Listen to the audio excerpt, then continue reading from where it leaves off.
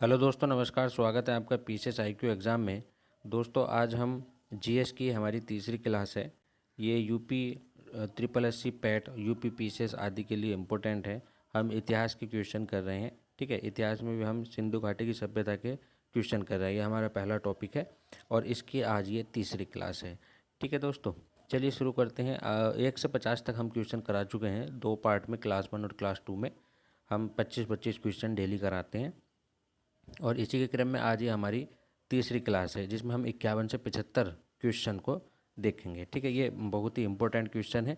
GS में बेहतरीन तैयारी के लिए इन क्वेश्चन का करना बहुत ज़रूरी है।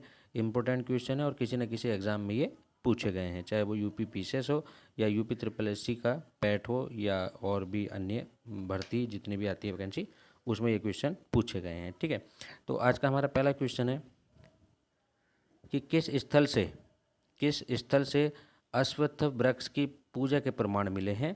तो ये मिले हैं मोहनजोदड़ो से।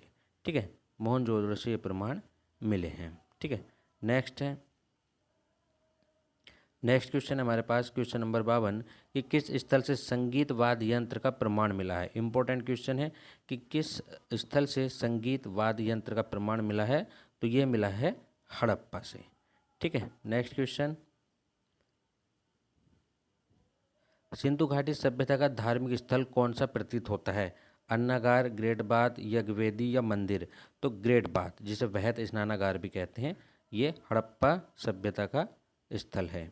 नेक्स्ट है कि किस स्थल पर ऊँट की हड्डियाँ पाई गई हैं। तो ऊँट की हड्डियाँ पाई गई हैं ये कालीबंगा से ऊँट की हड्डियाँ पाई गई हैं। दोस्तों, ये 25 क्वेश्चन है, छोटी छोटी वीडियो रहेगी और ये आपके लिए बहुत ही इम्पोर्टेंट है। जीएस आता है यूपी ट्रिपल एससी पैट में 50 नंबर का, करंट अफेयर और सारा जीएस मिला करके। तो हम सारे टॉपिक के 100 क्वेश्चन करेंगे और ये इम्पोर्टेंट क्वेश्चन है, ये आपके एग्ज़ाम के लिए बहुत ही इम्पोर्टेंट रहेंगे। ठीक है, चलिए नेक्स्ट क्वेश्चन है हमारे पास कि सिंधु घाटी के किस स्थल से घोड़े के अंश मिलते हैं। ठीक है, तो सुरकोटदा से घोड़े के अंश मिलते हैं। नेक्स्ट है कि सिंधु घाटी सभ्यता के किस नगर में चक्की के प्रमाण मिलते हैं। तो चक्की के प्रमाण मिलते हैं कहाँ से, चनहोदड़ो से चक्की के प्रमाण मिलते हैं। ठीक है, आंसर हो जाएगा इसका डी। नेक्स्ट है कि किस हड़प्पा स्थल को सागर तट नगर कहते हैं। सागर तट नगर, ठीक है, मोहनजोदड़ो, लोथल, कालीबंगा या चनहोदड़ो। तो ये लोथल जो है बंदरगाह नगर भी था। नेक्स्ट है कि सिंधु घाटी सभ्यता के किस स्थल पर रंगाई के प्रमाण मिले हैं।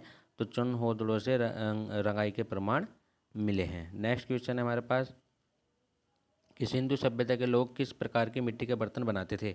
सिंधु सभ्यता के लोग किस प्रकार की मिट्टी के बर्तन बनाते थे। तो ये था लाल व काले रंग के मिश्रित जो मिट्टी होती थी उससे इसके बर्तन बनाते थे। ठीक है, नेक्स्ट क्वेश्चन है कि सिंधु सभ्यता में वजन और मापन की किस पर आधारित था। सिंधु सभ्यता में वजन और मापन किस पर आधारित था। तो द्रव्यमान पर आधारित घन पर आधारित था। ठीक है, नेक्स्ट है कि सिंधु सभ्यता के लोग किस विज्ञान में निपुण थे। तो गणित और नगर योजन। भाई नगर योजन में तो वो निपुण थे ही, और नगर योजन में जो निपुणता आई वो गणित के कारण ही आती है। ठीक है, तो गणित और नगर योजना में वे निपुण थे।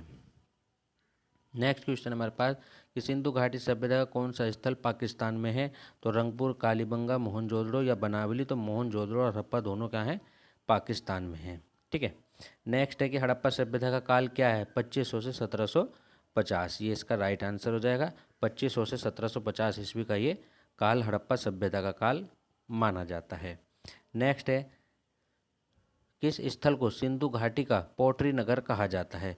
तो कालीबंगा को पोट्री नगर कहा जाता है। इंपॉर्टेंट क्वेश्चन है, ये कई बार पूछा भी गया है। नेक्स्ट है कि किस स्थल से ईंट का किला प्राप्त हुआ है। तो हड़प्पा से ईंट का किला प्राप्त हुआ है। नेक्स्ट 8-8, 10-10 मिनट की वीडियो रहेंगी, 25-25 क्वेश्चन रहेंगे। आप जो है इनको तैयार कर सकते हैं, यह आपके एग्ज़ाम के लिए बहुत ही इम्पोर्टेंट है। ठीक है, सिंधु घाटी की जो सिंधु सभ्यता की अधिकांश बस्तियाँ किस भौगोलिक क्षेत्र में पाई जाती हैं। गंगा के मैदान में, तटीय इलाकों में, पंजाब सिंध क्षेत्र में या दक्षिण भारत में। तो पंजाब सिंध क्षेत्र में ये अधिकांश बस्तियाँ पाई जाती हैं। नेक्स्ट है हमारे पास कि सिंधु घाटी सभ्यता में ईंट का अनुपात क्या था? तो 4:2:1। आंसर नंबर सी इसका राइट आंसर है। निम्न में से कौन सा स्थल भारत में स्थित है? हड़प्पा, मोहनजोदड़ो, राखीगढ़ी या चनहोदड़ो? देखिए ये पाकिस्तान में है और राखीगढ़ी ये भारत में है। ठीक है। और हड़प्पा कालीन सभ्यता किस किस्म की सभ्यता थी? धार्मिक, नगरीय, ग्रामीण या जनजातीय? तो ये कई बार क्वेश्चन पूछा भी गया है कि हड़प्पा कालीन सभ्यता नगरीय सभ्यता थी। ठीक है। किस प्रकार की? ये नगरीय सभ्यता थी। नेक्स्ट है कि सिंधु सभ्यता में किस धातु के आभूषण मिलते हैं? तो चांदी, सोना, तांबा या सभी? अब पिछले क्वेश्चन जो पिछली क्लास कराई थी उसमें ये क्वेश्चन आया था कि सिंधु घाटी सभ्यता में इनमें से किस धातु का प्रयोग नहीं होता था? तो वहाँ चांदी का होता था, सोने का होता है, तांबे का होता है। तो उसी प्रकार के आभूषण मिलते हैं। ठीक है, सभी प्रकार के आभूषण मिलते हैं। लोहे का जिक्र सिंधु सभ्यता में नहीं मिलता। नेक्स्ट है कि सिंधु घाटी सभ्यता के लोग किस परिवहन माध्यम का प्रयोग करते थे? तो नाव और बैलगाड़ी। नाव मतलब पानी में चलेगी तो नाव, और बैलगाड़ी कच्ची सड़कें या पक्की सड़कें होती थी, सॉरी कच्ची नहीं पक्की सड़कें होती थी, तो वहाँ बैलगाड़ी का प्रयोग करते थे। नेक्स्ट क्वेश्चन हमारे पास 72, हड़प्पा सभ्यता में अनाज भंडारण के लिए क्या उपयोग किया जाता था?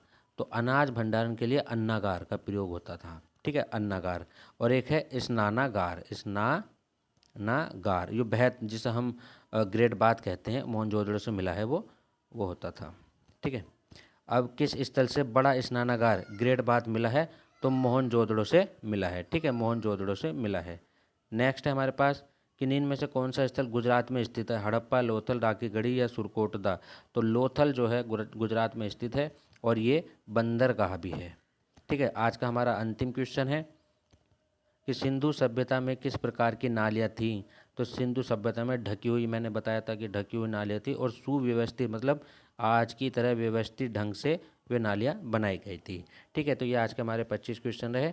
नेक्स्ट 25 क्वेश्चन आपको नेक्स्ट वीडियो में दिए जाएंगे। दोस्तों वीडियो अगर पसंद आए तो वीडियो को लाइक ज़रूर करें, चैनल को सब्सक्राइब जरूर करें। अगर आपको ये पीडीएफ चाहिए है तो मैं ये टेलीग्राम चैनल पर ये पीडीएफ सारी आपको फ्री प्रोवाइड करा दूंगा। इसका कोई चार्ज आपसे नहीं लिया जाएगा। ठीक है, सारी पीडीएफ फ्री होंगी। किस विषय की पीडीएफ आपको चाहिए या क्लास चाहिए वो आप कमेंट में लिख करके बता सकते हैं। वैसे मैं जो है हम जैसे हिस्ट्री चल रही है हमारे पास, हिस्ट्री, और एक क्लास हम डेली ज्योग्राफी की और साइंस की देंगे। ठीक है, उससे क्या है कि सभी विषय हमारे एक साथ चलते रहेंगे। तो एक क्लास ज्योग्राफी की और एक क्लास अब हिस्ट्री की तो हमारी रेगुलर चल ही रही है। हिंदी की क्लास भी हम शुरू करेंगे और गणित की क्लास भी हम शुरू करेंगे। ठीक है, चलिए मिलते हैं नेक्स्ट वीडियो में। धन्यवाद।